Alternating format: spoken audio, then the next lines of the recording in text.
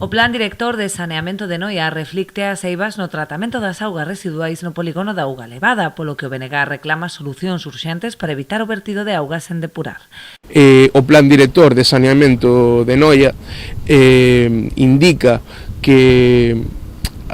as augas residuais do polígono pois non se están a tratar de forma debida, non? As augas residuais do polígono pois ao final verten ao medio sen ser tratadas, e iso pois desde o punto de vista do Bloque Nacionalista Galego é unha situación que hai que paliar canto antes para non ser unha cousa que é moi urxente, non?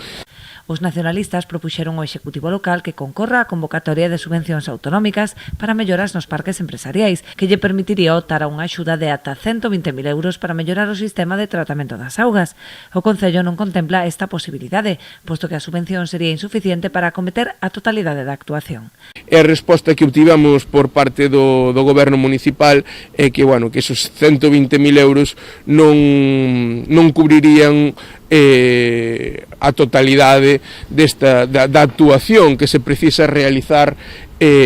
no polígono industrial. É certo, é unha axuda que non achega toda a necesidade que precisa investir Noia, pero si entendemos que pois é unha parte importante para realizar algo urxente e, polo tanto, pedímoslle unha vez máis ao Goberno municipal que recapacite e que estes 120.000 euros que podería achegar a Xunta sexan completados por parte do Goberno municipal para realizar a parte que fose posible para realizar unha actuación tan importante como é